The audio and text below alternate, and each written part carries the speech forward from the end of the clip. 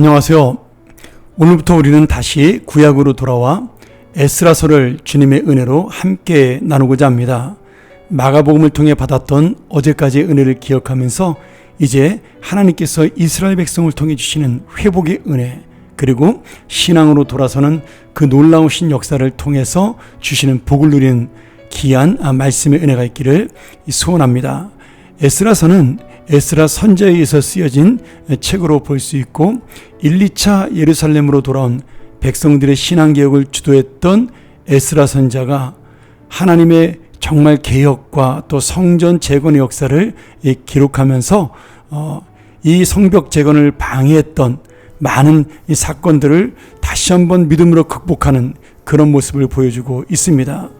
느헤미야서와 굉장히 많은 내용이 유사한 부분도 있고 또 서로 보완하는 내용도 있어서 마치 쌍둥이처럼 에스라서와 느헤미야서를 같이 읽으면 좋은 은혜가 될 줄로 믿습니다. 이스라엘 백성들은 바벨론과 바사의 포로 생활을 70년 동안 겪은 후에 바사왕 고레스가 포로 귀환을 허용하는 칙령을 BC 538년에 발표해서 아닥사스다 1세까지 3차에 걸쳐 예루살렘으로 귀환할 수 있게 되었습니다. 우리가 역대상하의 마지막 내용을 보면 계속된 백성들의 범죄에도 불구하고 하나님께서는 그 은혜의 약속, 회복의 약속을 지키기 위해서 고레스의 포로 귀환 허가 칙령을 기록하고 있죠. 에스라는 바로 이 역대상하의 후편처럼 고레스의 그 예루살렘 귀환 조서에서 시작을 하게 됩니다. 지금 이스라엘 백성들의 범죄함으로 말미암아 결국 북이스라엘과 남유다가 멸망했지만 하나님의 약속은 계속된다라는 역대상하의 그 놀라운 예언의 약속이 오늘 이 에스라서를 통해서 이루어진 것을 볼 수가 있는 것이죠. 특이한 것은 1차, 2차 포로 귀환의 역사를 기록하면서 BC 516년에 일어났던 스룹바벨 제2성전 완공 이후부터 BC 458년 제2차 포로 귀환 사이에는 58년 동의 역사는 많이 생략되어 있고 주로 BC 537년부터 516년까지 성전을 재건하는 역사와 BC 458년에 신앙개혁 운동의 역사만을 집중적으로 기록하고 있습니다. 우리가 잘 알지만 에스라는 아론의 후손이고 제사장으로 율법학자입니다. 지금도 우리는 이 말씀을 연구하는 사람들을 에스라 학파라고 부를 정도로 이 에스라는 포로에서 돌아온 이스라엘 백성들에게 하나님의 말씀으로 신앙개혁을 이끌었던 그러한 놀라운 선지자였죠. 특별히 성전 중심의 그 예루살렘, 그러나 무너진 성전을 바라보면서 이 성전이 무너진 것은 우리가 하나님의 율법과 말씀 앞에 순종하지 못한 죄라고 생각을 해서 에스라 선지자를 중심으로 그 당시에 많은 율법학자들이 하나님 말씀에 순종한다는 의미로 하나님 말씀을 연구하는 일들이 유행하기 시작을 했습니다. 또 그렇게 해서 나온 이 사람들이 바리새인이라는 구별된 사람이기도 했죠. 그러니 에스라는 굉장히 이스라엘 역사에 있어서 어떤 한 획을 그은 성전 중심의 역사에서 말씀 중심의 역사로 바뀌는 그런 역사의 획을 그은 선지자다, 이렇게 볼 수가 있고요.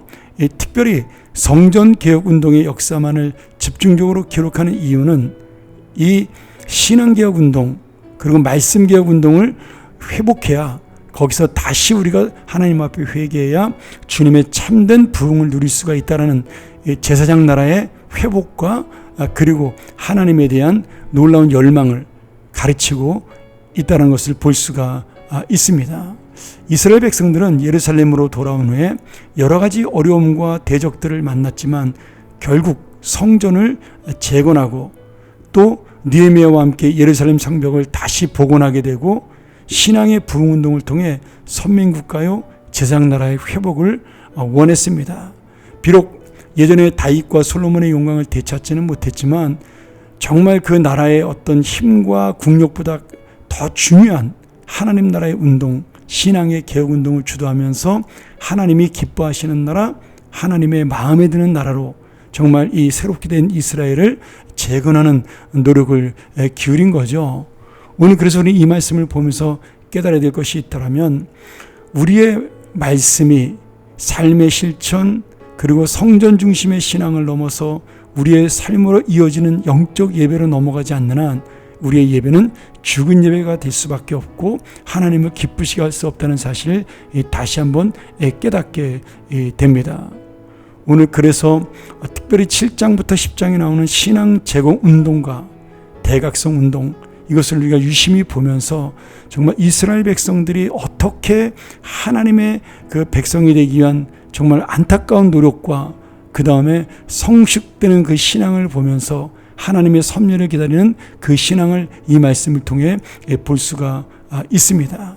특별히 신앙개혁의 가장 큰 문제였던 이방인과의 통혼한 문제를 해결하면서 정말 가족과도 끊어버릴 정도로 믿음이 중요하다는 사실을 가르치는 에스라서, 느헤미야서를 바라보면서 우리도 다시 한번 하나님 앞에 진정한 신앙개혁, 끊을 것을 끊고 돌아올 것을 돌아오는 그런 놀라운 말씀을 이 에스라서를 통해서 깨닫기를 소원하고, 오늘 이 아침에 이 말씀을 들으면서 내가 오늘 끊을 것은 무엇인가, 내가 하나님 앞에 돌아와야 될 신앙의 모습은 무엇인가를 깨닫는 그런 귀한 아침이 되기를 간절히 소원합니다.